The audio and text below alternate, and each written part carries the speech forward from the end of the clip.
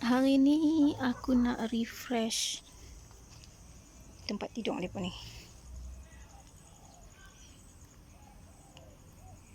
Tempat tidur ni aku letak ni ranting kayu. Aku letak ranting kayu. Ranting kayu yang dipatahkan. Sebab aku tak ada duit nak beli habuk kayu. So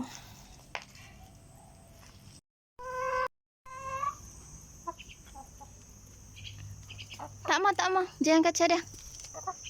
Main ni mah.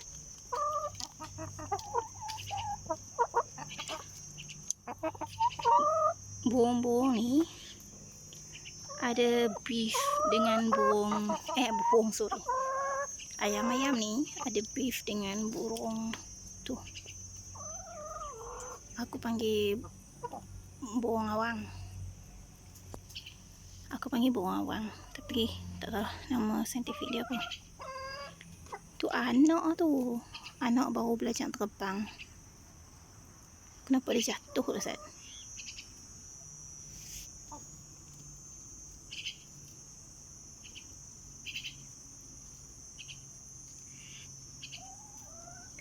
Sebab apa dia marah dengan burung awang? Sebab burung awang suka makan dedak mereka. Aku selalu tengok kalau burung awang turun, mereka akan bigan.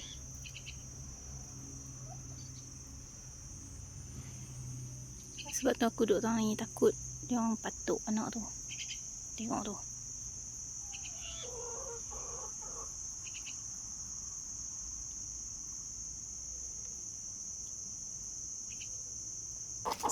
Sambil tu aku akan dekatkan api. Asapkan kandang macam ada benefit jugalah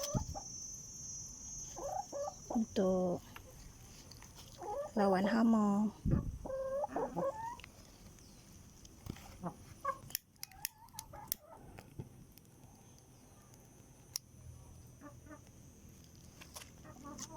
Sabut ni basah sikit. Hopefully berasa elok lah.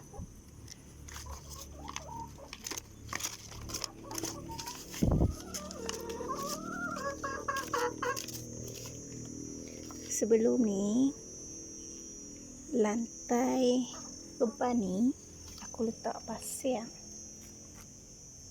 Ini sisa-sisa pasir. Bila letak pasir, aku boleh nyalakan api bawah beban. Whole kawasan ni semua pasir. Bila pasir, aku boleh nyalakan api bawah beban tu.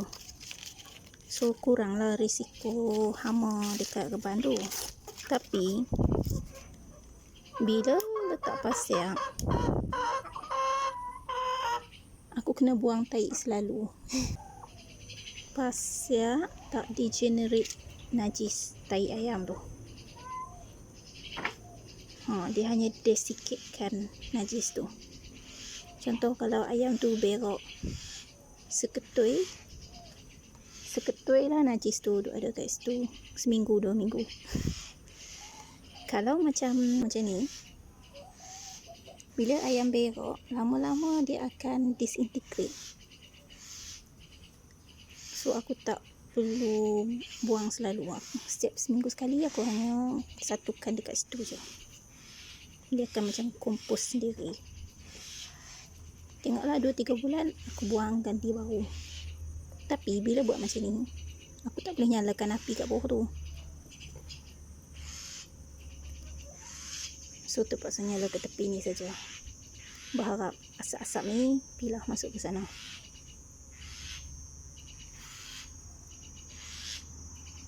Dia dah cakap lah.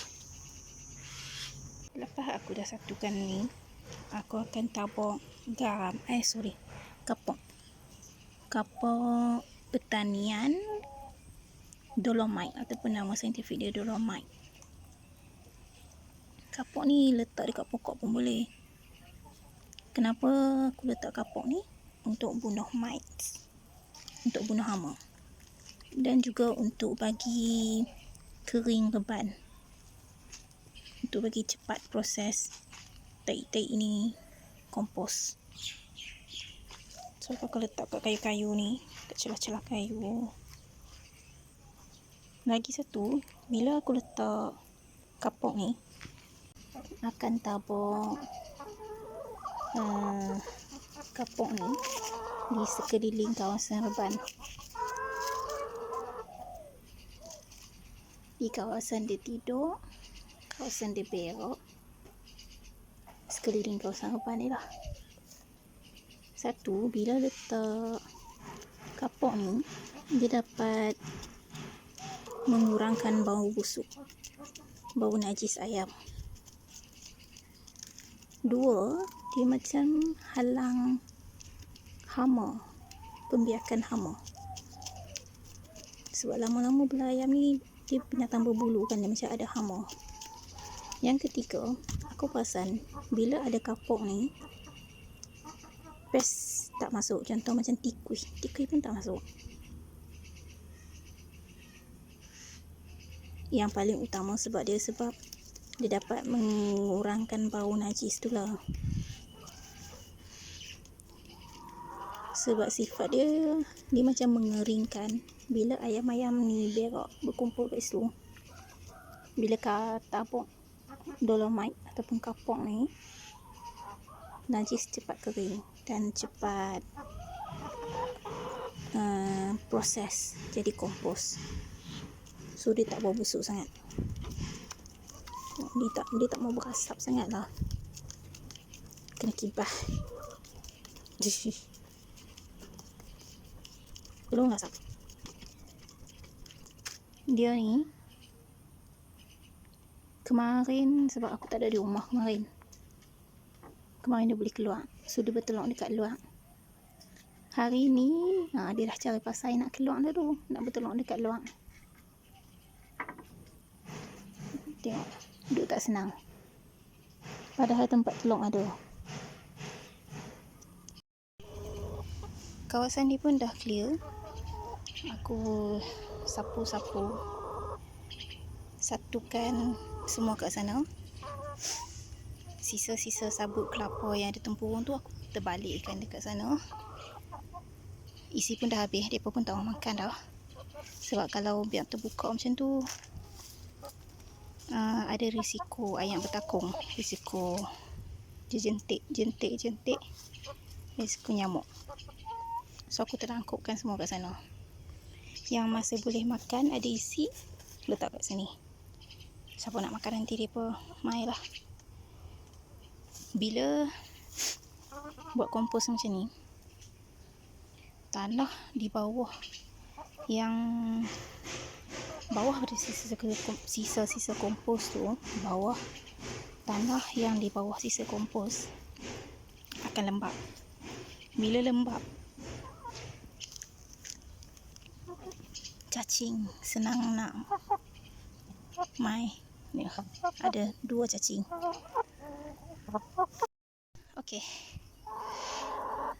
Okey, aku dah habis tabung dekat kawasan ni. Hopefully tanah akan kering sikit dan kurang berbau. Total kapok yang aku guna hari ni lebih kurang 1 kilo. So actually tak perlu banyak pun. Kalau buat maintenance macam weekly, tak perlu banyak pun. Dalam segenggam 2 genggam pun dah okey. Ini sebab dah lama aku tak buat, 2 minggu lebih ni